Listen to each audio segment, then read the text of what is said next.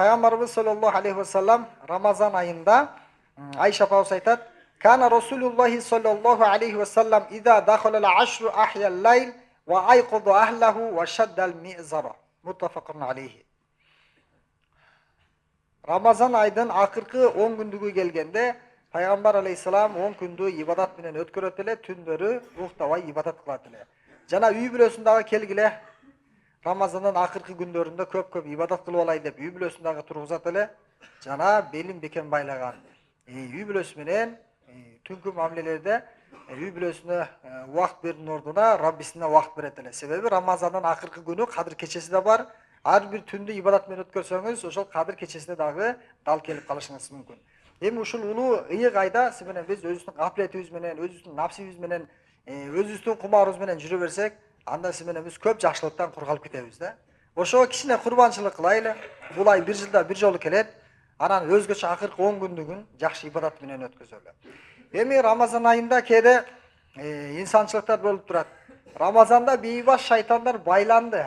Бирок бир жылда 12 ай болсо, ошонун 11 айында сиз менен биз ошол шайтан алейхилананын азгырыгына, анын васвасасына алданып олтуруп, биз катачылыктарга, күнөө иштерге барып адат болуп калганда, кээ бирөөнө мисалы сөгүнүү адат болуп калган, сөгүнбөсөн сүйлөй албайт.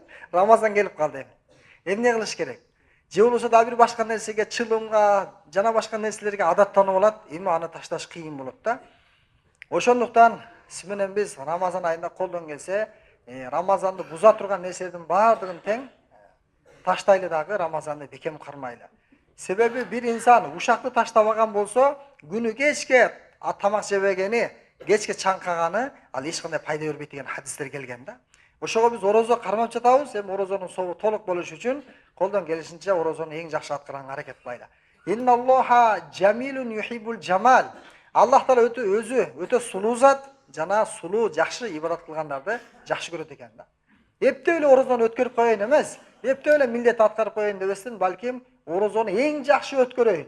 Менин орозом элдин баардыгыныкынан жакшы болсун деп, орозону өтө жакшы талап менен өткөзөлү да. Пайгамбар алейхиссалам айтат: "Эгерде силердин бириңер орозо кармасаңар дейт.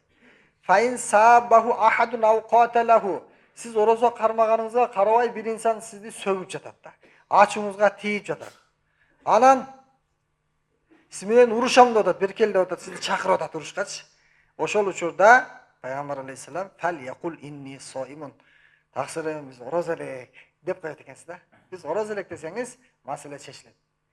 Ошондуктан сиз менен биз ошол 11 айда көнүп калган адаттарыбызды таштаганга аракет кылайлы. Ушул Рамазан айында жакшы амалдар менен көп кылайлы. Рамазанда ачууланбайлы. Рамазанда напсилерибизди тарбиялайлы. Анан тамакты деле көп жеш шарт эмес да. Кечке чейин канча саат, 10 саат ачка жүрөм деп кечинде тоюп алып, анан ооз ачканда дагы болушунча жеп алып, эми саарлык учурда, ооз ачкан учурларда, Алла жолунда жеген тамактарды жей бериш керек болушунча, ага кыямат күнү сурак болбойт деп хадисте айтылбадыбы деп туруп, ооз ачада да саарлыкта да жей берсек, анда сиз менен биздин напсибиз дагы чоңоюп кетет да андачы.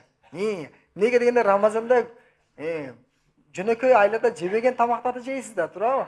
Ар бир үйгө барсаңыз тандап терип жейсиз да. Эми напсибиз дагы тарбияланып, Рамазандын максаты лааллакум таттакун, Алладан коркуу сезим келип калыш керек. Аллага моюн сунуш керек, алсырап, чарчап, уйку келип, сиз менен биз Рамазанда напсини тарбиялашыбыз керек да. Анан напси тарбиялангандан кийин напси туура жолго түшүп калды, анан жакшы амалдарды улап кетиши жеңил болот да.